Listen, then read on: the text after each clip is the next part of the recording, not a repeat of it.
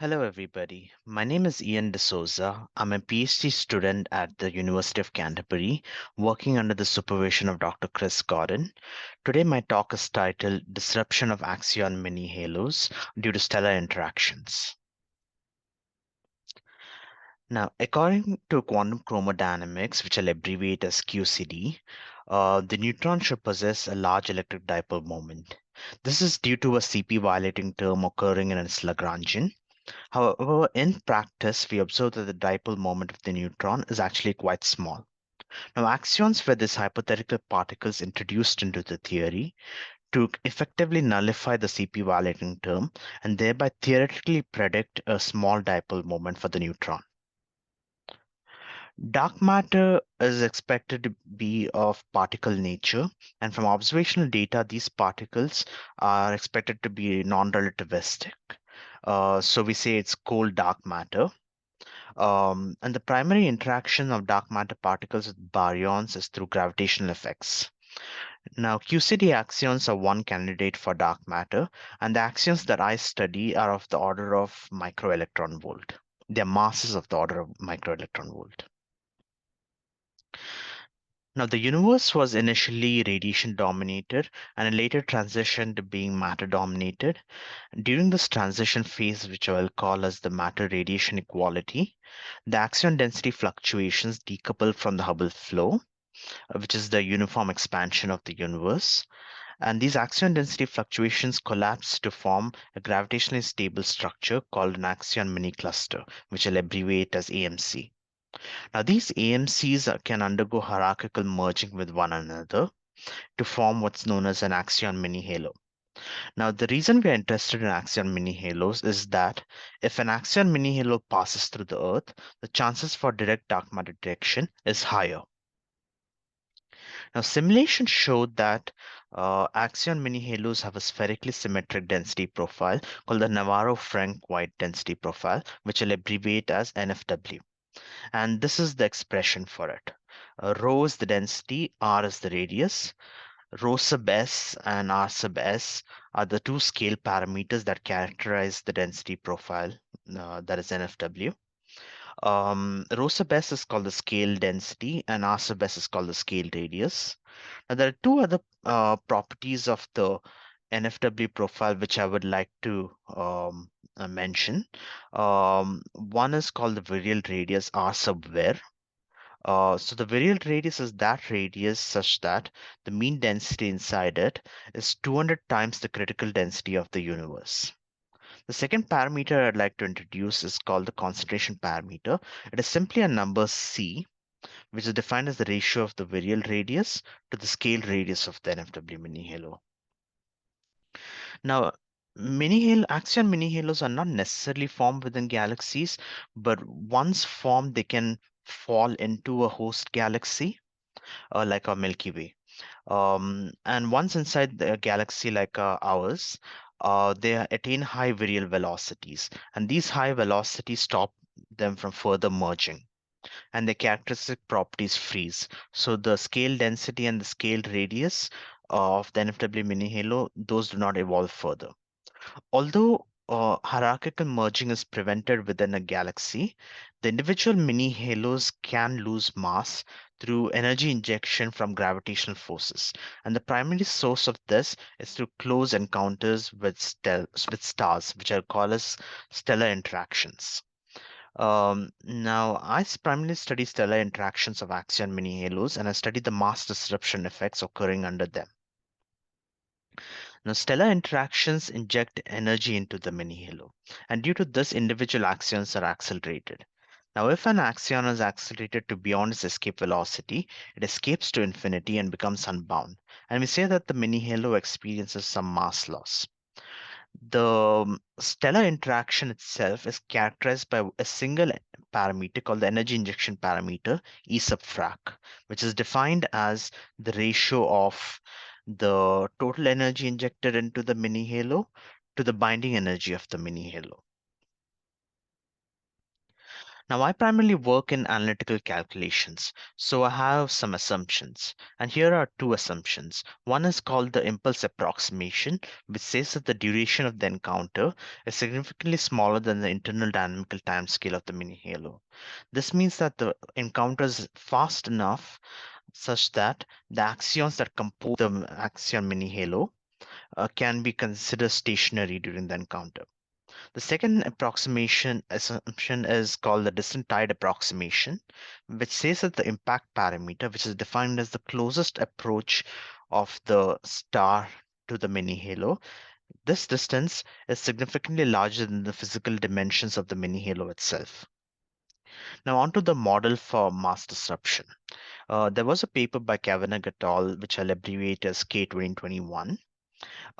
It proposed an analytical model for mass loss where it integrated the phase space distribution of axions to get the mass loss.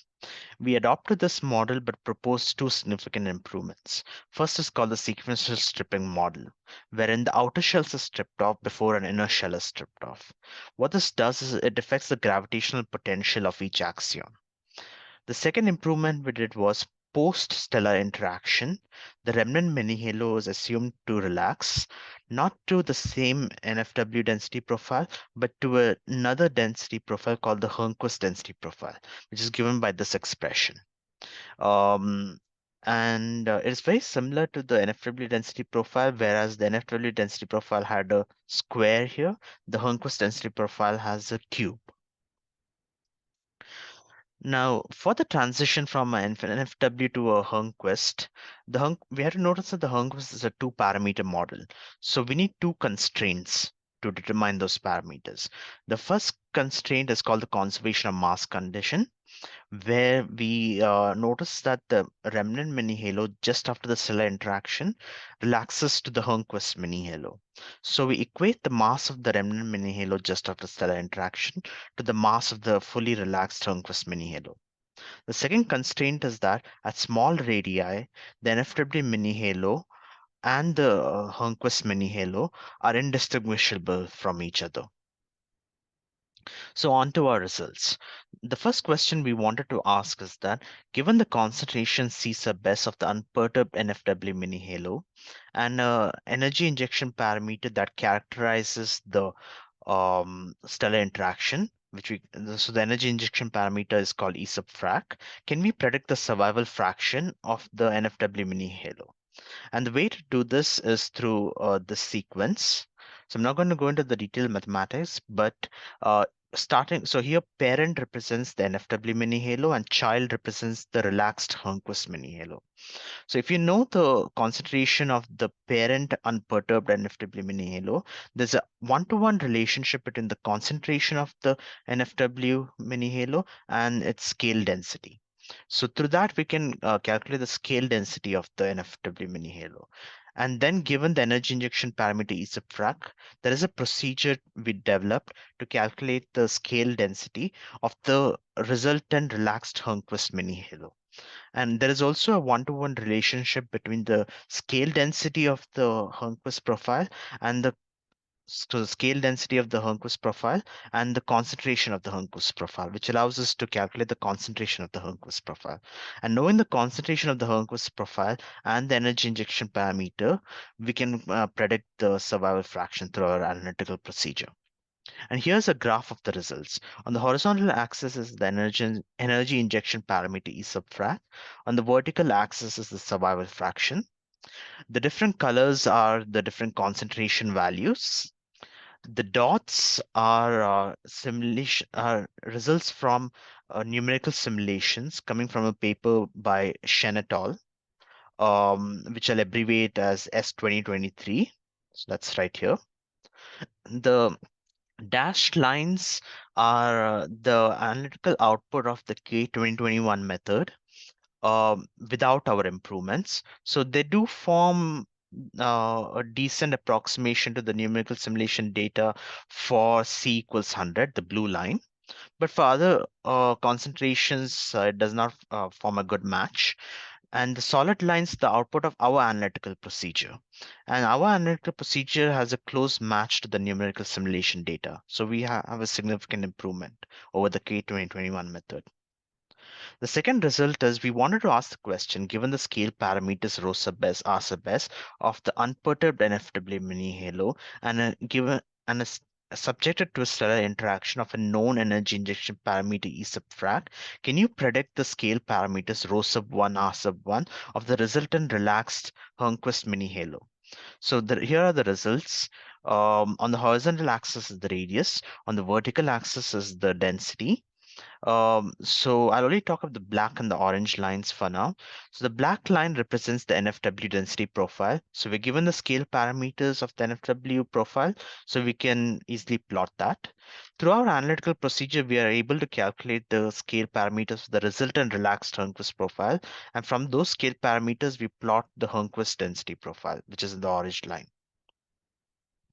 Now onto a case of multiple encounters. So we take the unperturbed NFW mini halo, we subject it to a stellar encounter of known energy injection parameter E sub frac. Um, then we let the remnant mini halo from that interaction relax to a Hernquist density profile. So that's the first generation mini halo. We take that first generation mini halo, subject it to a second stellar encounter of another known energy injection parameter E sub frac, and we let the remnant mini halo from this second stellar interaction relax to another Hernquist density profile. So that's the second generation mini halo, and we reiterate this procedure. So here we start with what we're given is in the problem. So what we're given in the problem is the concentration C sub s of the unperturbed NFW mini halo and the energy injection parameters of successive stellar interactions. And we have to calculate firstly the concentrations of the intermediate mini halos and finally the survival fractions of the intermediate mini halos. And this procedure for going from the concentration of the unperturbed mini halo to its survival fraction is given by this procedure right here. So there's a single encounter case. And we reiterate that procedure multiple times. And here are the results. So on the horizontal axis, you have the energy injection parameter. On the vertical axis, you have the survival fraction. The blue line is the single encounter case. So it's exactly this blue solid line corresponding to C equals 100. I will only talk about the green curves for now. The solid green curve with the green dots are the output of our analytical procedure, where each successive stellar encounter has an energy injection parameter of E frac equals zero point 0.1. And the triangles with the dashed line are the output from Shen et al., the S2023 paper. Shenetol made a mistake in their paper wherein they did not consider the density profile changes in between stellar encounters, and we had to emulate that mistake in order to reproduce this graph. So the intention was over here was to just show that our analytical results match the underlying simulation data. Now, moving on, keeping within the result of the multiple encounter, we want to talk about the effective energy injection. So, Stoker et al., there was a paper which proposed a formula for the effective energy injection in the multiple encounter case. So, this energy injection, effective energy injection parameter E sub frac comma EFF, that is it's that effective energy injection parameter such that when applied to a stellar encounter, it produces the same mass loss as the multiple encounter case. And they propose this formula. Now, the Shenatal paper did not consider this formula, but implicitly they assumed P equals 2, wherein they assumed the effective energy injection parameter is just the sum of the individual energy injection parameters. And the problem is they did not take into account the density profile changes occurring in between. So, we found that given enough time for relaxation in between encounters, a P is more close to 1. What this does is the energy injection parameter with P closer to 1 is quite a lot greater than just summing up the energy injection parameters. And due to this, we say that the multiple encounter case incurs more mass loss than simply adding up the energy injection parameters. Now, in conclusion, we investigated the disruption of axion minihalos by stellar encounters. We developed a new sequential stripping method that better matches the numerical simulations. We incorporated relaxation into the picture to compute the mass loss within the virial radius. And we also applied a method to multiple stellar encounters. Thank you. That was my talk.